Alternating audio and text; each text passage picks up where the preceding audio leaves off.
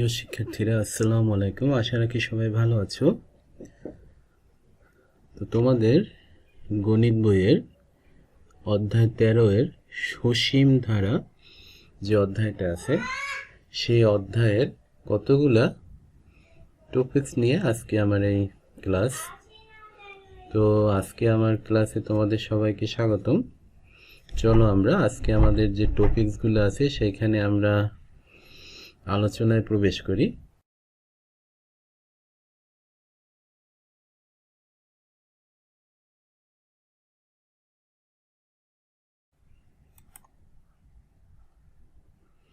প্রিয় শিক্ষার্থীরা, দেখো শুরুতেই আছে আমাদের অনুক্রম বা ইংলিশে যাকে বলা হয় সিকোয়েন্স। দেখো এখানে তোমাদের নিচে একটা গাণিতিক সম্পর্ক দেখানো আছে। সম্পর্কটা তোমরা একটু খেয়াল করো। উপরে আছে দেখো 1 2 3 4 এভাবে 5 6 7 ডট ডট এভাবে স্বাভাবিক যে এন পর্যন্ত। এরপরে আমাদের আছে, এরপরে দেখো নিচে আছে 2 4 6 8 10 12 এভাবে এন এর দ্বিগুণ টোয়াইস এন। অর্থাৎ এক্ষেত্রে যে সম্পর্কটা আছে, সম্পর্কটাকে আমরা কিভাবে ব্যাখ্যা করতে পারি? এখানে যে প্রত্যেক যে স্বাভাবিক সংখ্যা এন তার দ্বিগুণ সংখ্যা টোয়াইস এন এর সাথে, অর্থাৎ একটা রিলেশন বা সম্পর্কের মাধ্যমে সম্পর্কিত। অর্থাৎ আমরা যদি দেখি 1 তার দ্বিগুণ 2 এর সাথে সম্পর্কিত, 2 4 এর সাথে, 3 6 এর সাথে, 4 8 এর সাথে, এভাবে আমরা যদি জেনারেলাইজড যে এন সে টোয়াইস এন এর সাথে সম্পর্কিত। অর্থাৎ স্বাভাবিক সংখ্যার সেট থেকে একটা নিয়মের মাধ্যমে যোগবোধক যে জোড় সংখ্যার সেট 2 4 6 এগুলো পাওয়া যাবে। তাহলে এরকম আমরা বিভিন্ন ধরনের সম্পর্ক আমরা গণিতের ক্ষেত্রে লক্ষ্য করি। তাহলে এখান থেকে আমরা আসো অনুক্রমের ডেফিনেশনটা কিভাবে বলতে পারি, যে কতগুলো রাশি একটা বিশেষ নিয়মে যদি ক্রমান্বয়ে এমনভাবে সাজানো থাকে যে প্রত্যেক রাশি তার পূর্বের পদ এবং পরের পদের সাথে কিভাবে সম্পর্কিত তা জানা যায়। তাহলে এভাবে সাজানো রাশিগুলোর যে সেট হবে, সেটটাকে বলা হবে কি? অনুক্রম। তাহলে এক্ষেত্রে এই যে সম্পর্কটা খেয়াল করো, এক্ষেত্রে এই পদ তার পূর্বের এবং পরের পদের সাথে কিভাবে সম্পর্কিত সেটা আমরা এখান থেকে বলতে পারি। এভাবে কতগুলো পদকে যদি একটা বিশেষ নিয়মে সাজানো হয় এবং এদের মাধ্যমে যে একটা সেট গঠিত হবে, সেই সেটটাকে বলা হবে কি? অনুক্রম।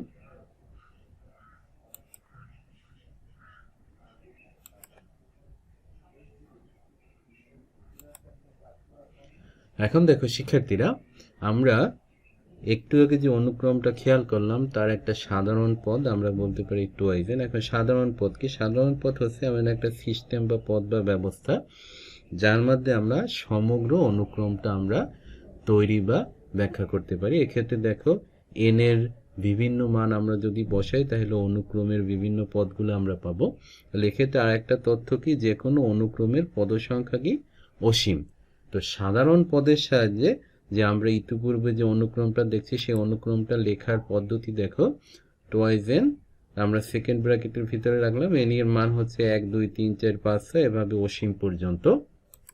অথবা আমরা এই অনুক্রমটাকে রেঞ্জ লিমিটের মাধ্যমে আমরা এভাবে দিতে পারি, টোয়াইস এন দেখো এন এর মান হচ্ছে 1 থেকে অসীম পর্যন্ত বা টোয়াইস এন। এই সিস্টেমের মাধ্যমে একটা অনুক্রমকে সাধারণ পদের মাধ্যমে আমরা লিখতে পারি বা প্রকাশ করতে পারি।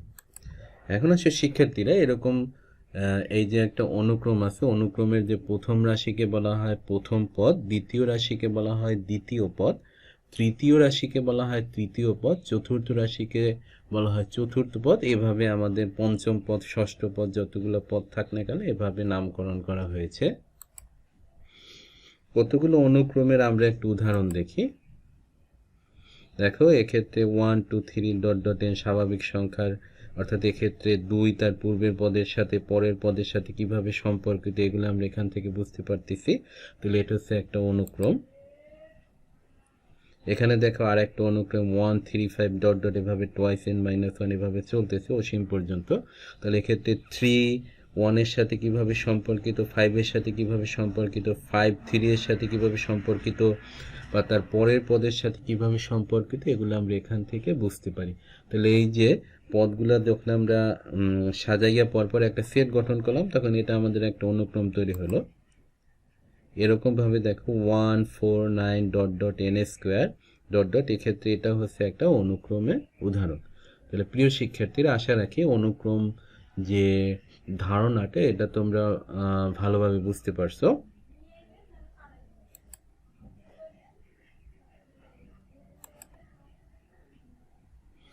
এরপরে আমাদের যে আলোচ্য বিষয় সেটা হচ্ছে ধারা, ইংলিশে যাকে বলা হয় সিরিজ। তাহলে দেখো, কোনো অনুক্রমের পদগুলো যদি পরপর যোগ চিহ্ন দ্বারা যুক্ত করলে একটি ধারা পাওয়া যাবে। তাহলে অনুক্রম এবং ধারার মধ্যে পার্থক্য কি?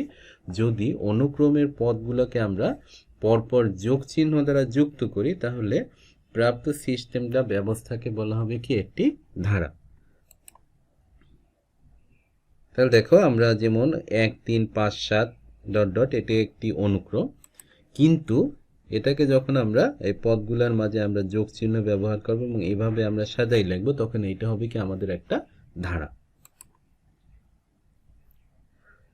এক্ষেত্রে দেখো 1 3 5 7 ডট ডট, এই যে ধারাটি আছে, ধারাটি পরপর দুটি পদের পার্থক্য সমান, যেমন 3 বিয়োগ 1 2, 5 বিয়োগ 3 2, 7 বিয়োগ 5 2, অর্থাৎ পরপর যে দুইটা পদ তাদের পদের যে পার্থক্য সেটা হচ্ছে একই বা সমান। আর একটা ধারা খেয়াল করো, 2 যোগ 4 যোগ 8 যোগ 16 প্লাস ডট ডট, ধারাটির পরপর দুটি পদের অনুপাত সমান, যেমন 4 ভাগ 2 2, 8 ভাগ 4 2, 16 ভাগ 8 ইকুয়াল টু 2। তাহলে এক্ষেত্রে আমরা এইখান থেকে দুই ধরনের ধারা সম্পর্কে আমরা এক্ষেত্রে ধারণা পাইছি। সুতরাং আমরা কি বলতে পারি? যে কোনো ধারার পরপর দুটি পদের মধ্যে সম্পর্কের উপর নির্ভর করে ধারাটির বৈশিষ্ট্য, অর্থাৎ ধারাটির বৈশিষ্ট্য কি হবে সেটা নির্ভর করে ওই ধারাটির পরপর যে কোনো দুইটা পদের মধ্যে কি ধরনের সম্পর্ক বিদ্যমান তার উপর নির্ভর করে। তো এক্ষেত্রে আমাদের আলোচ্য দুটি গুরুত্বপূর্ণ ধারা হলো, একটা হচ্ছে সমান্তর ধারা আর একটা হচ্ছে গুণোত্তর ধারা। তাহলে আজকে আমরা মূলত এই অধ্যায়ে সমান্তর ধারা সম্পর্কে কিছু টপিকস নিয়ে আলোচনা করব।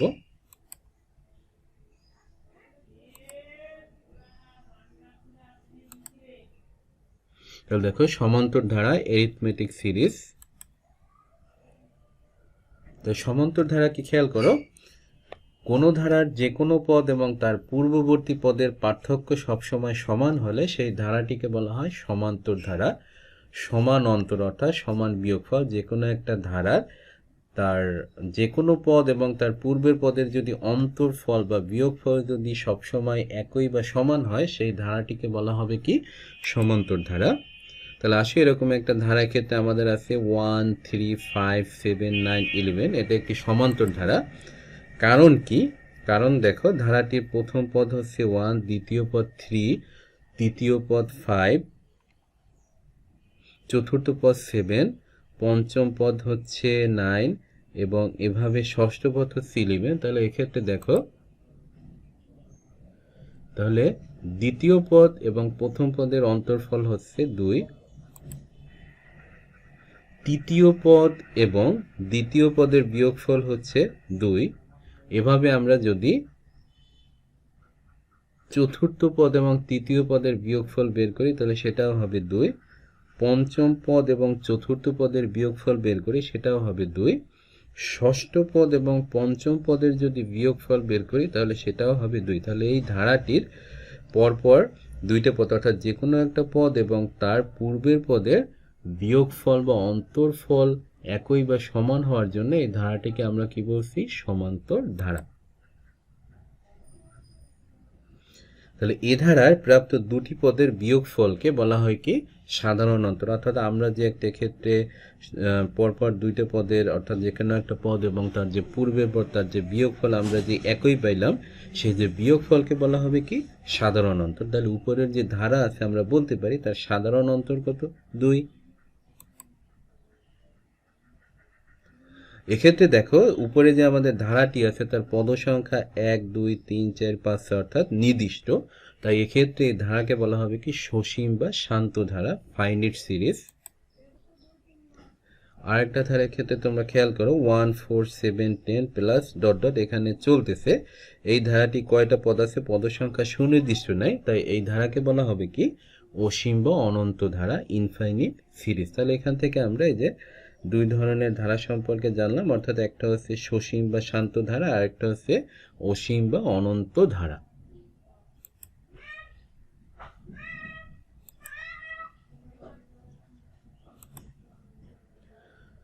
সমান্তর ধারা সাধারণ পদ নির্ণয়। এখন কোন একটা সমান্তর ধারা কিভাবে আমরা তার সাধারণ পদ বের করার যে একটা সূত্র আছে সেটাকে আমরা কিভাবে প্রতিপাদন করতে পারি। তাহলে দেখো, আমরা এটার জন্য মনে করি একটা সমান্তর ধারা প্রথম পদ হচ্ছে এ এবং এর সাধারণ অন্তর হচ্ছে ডি।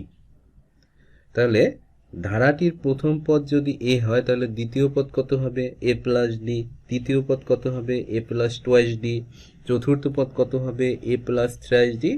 পঞ্চম পদ কত হবে? এ প্লাস 4d। এভাবে আমরা সামনের দিকে অগ্রসর হতে পারি। সুতরাং আমরা যদি ধারাটিকে লিখি তাহলে প্রথম পদ এ প্লাস দ্বিতীয় পদ এ প্লাস ডি প্লাস তৃতীয় পদ এ প্লাস টোয়াইস ডি প্লাস চতুর্থ পদ, এভাবে আমাদের চলতে থাকবে। তাহলে ধারাটির প্রথম পদ আমরা কি বলছি? এ। এটাকে যদি একটু আমাদের সুবিধার জন্য একটা ফরম্যাটে নেই, এ প্লাস 1 মাইনাস 1 ইন্টু ডি। এখানে দেখো 1 থেকে 1 বিয়োগ করলে 0 থাকে, অর্থাৎ আমরা মূলত এই পাই। এটাকে আমরা করছি, আমরা এটাকে একটা জেনারেলাইজড ফরম্যাটে নিয়ে যাব সেজন্যে।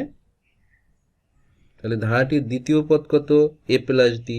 তাহলে এ প্লাস, এটাকে আমরা 2 মাইনাস 1 ইন্টু ডি, অর্থাৎ এ প্লাস ডি থাকে। একইভাবে তৃতীয় পদ এ প্লাস টোয়াইস ডি, এটাকে আমরা এ প্লাস 3 মাইনাস 1 ইন্টু ডি। চতুর্থ পদ এ প্লাস থ্রাইস ডি, এটাকে আমরা এ প্লাস 4 মাইনাস 1 ইন্টু ডি, এভাবে আমরা লিখতে পারি। এভাবে আমরা যদি সামনের দিকে অগ্রসর হই, পঞ্চম পদ, ষষ্ঠ পদ, এভাবে আমরা যত সংখ্যক পদ আমরা খুশি আমরা লিখতে পারি। তাহলে এভাবে যদি আমরা ধারাটির এনতম পদ সেইটাকে যদি আমরা লিখি তাহলে এই সিস্টেমের সাথে মিলাই দেখো, এ প্লাস চতুর্থ পদ ছিল 4 মাইনাস 1 ইন্টু ডি, তৃতীয় পদ ছিল এ প্লাস 3 মাইনাস 1 ইন্টু ডি, দ্বিতীয় পদ ছিল 2 মাইনাস 1 ইন্টু ডি। তাহলে আমাদের এনতম পদ কি হবে? এ প্লাস এখানে এন মাইনাস 1 ইন্টু ডি। এটা হচ্ছে আমাদের কোনো একটা সমান্তর ধারার যদি প্রথম পদ এ এবং সাধারণ অন্তর ডি হয় তাহলে তার এনতম পদের মান বের করার সূত্র। এখন দেখো শিক্ষার্থীরা, তাহলে এই যে এনতম পদকে বলা হয় কি? সমান্তর ধারার সাধারণ পদ। তাহলে কোনো সমান্তর ধারার প্রথম পদ এ, সাধারণ অন্তর যদি ডি জানা থাকে তাহলে এন এর বিভিন্ন মান বসে, অর্থাৎ এন ইকুয়াল টু আমরা 1 2 3 4 5 6 7 এই ইত্যাদি মানগুলো বসিয়ে পর্যায়ক্রমে ধারাটির প্রত্যেকটি পদ আমরা নির্ণয় করতে পারবো। তাহলে শিক্ষার্থীরা, এখান থেকে কোনো একটা সমান্তর ধারার সাধারণ পদ নির্ণয়ের যে সূত্র, আশা রাখি তোমরা ভালোভাবে বুঝতে পেরেছ।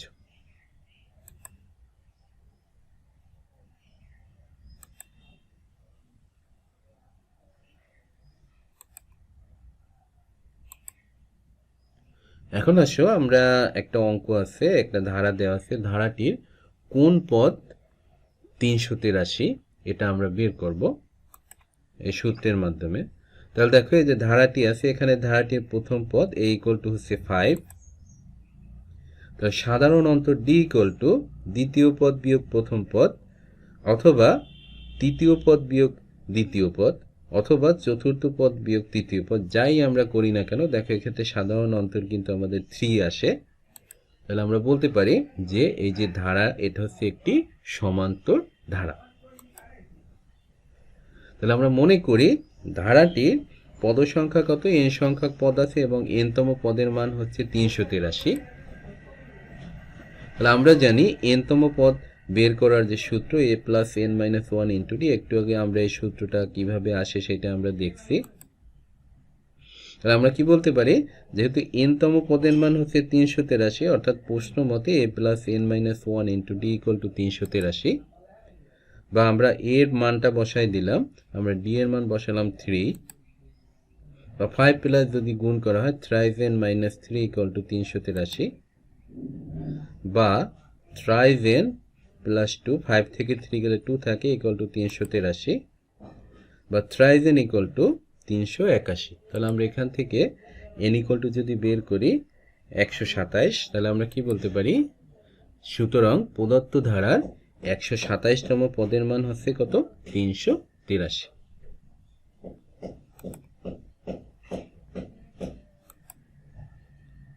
শিক্ষার্থীরা এরপরে তোমাদের বইয়ের যে অনুশীলনী আছে তার 8 নম্বরে একটা অঙ্ক আছে। দেখো, কোনো সমান্তর ধারার m-তম পদ n এবং n-তম পদ m হলে ধারাটির m প্লাস n-তম পদ কত? একটা সমান্তর ধারা আছে, তার m-তম পদ হচ্ছে n এবং n-তম পদ হচ্ছে m, তাহলে ধারাটির m প্লাস n-তম পদের মান কত সেটা আমাদের বের করতে হবে। তাহলে দেখো, মনে করি সমান্তর ধারাটির প্রথম পদ হচ্ছে a এবং সাধারণ অন্তর কত? d। তাহলে আমরা কি জানি? সমান্তর ধারার n-তম পদ বের করার সূত্র a plus n minus 1 into d। তাহলে m-তম পদ কি হবে? a plus m minus 1 into d। তাহলে আমরা এখান থেকে গুণ করে দিলাম a plus md minus d, এবং n-তম পদ কত হবে? a plus n minus 1 into d, এটাকে আমরা d দ্বারা গুণ করে দিলাম a plus nd minus d। তাহলে প্রশ্ন মতে দেখো, অঙ্কে আমাদের বলা আছে m-তম পদ হচ্ছে n, অর্থাৎ প্রশ্ন মতে আমরা লিখতে পারি a plus md minus d equal to n। এটাকে আমরা একটা ইকুয়েশন দিলাম, 1 নং ইকুয়েশন। এবং যেহেতু বলা আছে n-তম পদ m, তার মানে n-তম পদের যে আমরা রাশিমালাটা পেলাম, তাহলে আমরা লিখতে পারি a plus nd minus d equal to m। এটা হচ্ছে আমাদের 2 নং ইকুয়েশন। এখন আসলে আমরা যদি 1 নং ইকুয়েশন হতে 2 নং ইকুয়েশন বিয়োগ করি, কেন বিয়োগ করব? এখান থেকে আমরা সাধারণ অন্তর d এর মান বের করতে চাই, সেজন্য আমরা এই বিয়োগটা করব। তাহলে দেখো, আমরা বিয়োগ করে দিলাম 1 এর বাম পক্ষ বিয়োগ 2 এর বাম পক্ষ ইকুয়াল টু 1 এর ডান পক্ষ বিয়োগ 2 এর ডান পক্ষ, বা a plus md minus d আমরা মাইনাস দ্বারা গুণ করে দিলাম। এখানে দেখো, plus a minus a minus d plus d যদি বাদ যায় তাহলে থাকে md minus nd equal to n minus m।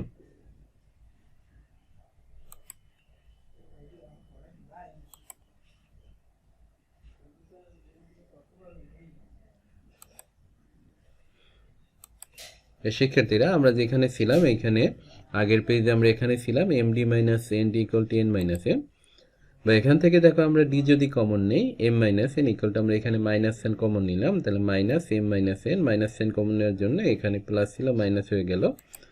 অতএব আমরা এখান থেকে d ইকুয়াল টু কি বের করতে পারি? Minus m minus n divided by m minus n। m minus m minus n যদি বাদ যায় তাহলে আমাদের থাকে মাইনাস 1। অতএব ধারাটির m প্লাস n-তম পদ কত হবে? তাহলে আমরা যদি সূত্র বসাই, আমাদের n-তম পদ ছিল a plus n minus 1 into d, তাহলে m প্লাস n-তম পদ কত হবে? a plus m plus n minus 1 into d, অর্থাৎ n এর জায়গায় n-তম পদের ক্ষেত্রে এখানে ছিল n মাইনাস 1, আর m প্লাস n-তম পদের ক্ষেত্রে এখানে হচ্ছে m প্লাস n।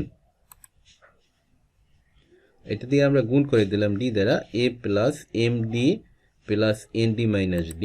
এখন এইটাকে যদি আমরা একটু সাজাই লিখি, a plus md minus d plus nd। আমরা কেন সাজাই লিখছি তার পিছনে আমাদের একটা উদ্দেশ্য আছে, সেই উদ্দেশ্যটা এখনই আমরা দেখব। তাহলে দেখো, 1 নং সমীকরণে a plus md minus d এর একটা মান ছিল ইকুয়াল টু n। তাহলে আমরা সেইখান থেকে a plus md minus d এই রাশিটার মান আমরা n বসাই দিলাম, তাহলে n প্লাস nd। তাহলে আমরা 1 নং হতে মান বসিয়ে পাই ইকুয়াল টু n প্লাস, দেখো এখানে d এর মান আমরা ইতিপূর্বে পাইছি মাইনাস 1, আমরা d ইকুয়াল টু মাইনাস 1 বসাই দিই, তাহলে n plus n into minus 1 equal to n minus n equal to 0। তাহলে আমরা এখান থেকে কি বলতে পারি? অতএব ধারাটির m প্লাস n-তম পদের মান কত? 0। তাহলে প্রিয় শিক্ষার্থীরা, আশা রাখি এই অঙ্কটা তোমরা এখানে যেভাবে ধারাবাহিকভাবে আমি দেখাইছি তোমরা ভালোভাবে বুঝতে পারছো। তো শিক্ষার্থীরা, আজকে আমাদের যে আলোচনার বিষয়বস্তু ছিল এতটুকুই ছিল। পরবর্তী ক্লাসে আমাদের যে পরের এই অধ্যায়ের যে পরের যে অংশগুলো আছে সেখানে যে সূত্র কথা আছে এবং এই সূত্রের মাধ্যমে কিভাবে অঙ্ক সলভ করতে হয় সেটা আমি পরবর্তী ক্লাসে দেখাবো। তো আশা রাখি তোমরা আজকে যতটুকু বিষয় তোমাদের দেখানো হইলো এটা তোমরা ভালোভাবে দেখবে এবং বাসায় নিজেরা প্র্যাকটিস করবে। পরবর্তী অংশে তোমাদের জন্য কিছু মূল্যায়ন এবং বাসার কাজ থাকবে এবং তোমরা বাসার কাজগুলো করবে। তো প্রিয় শিক্ষার্থীরা, তো ভালো থাকো সবাই।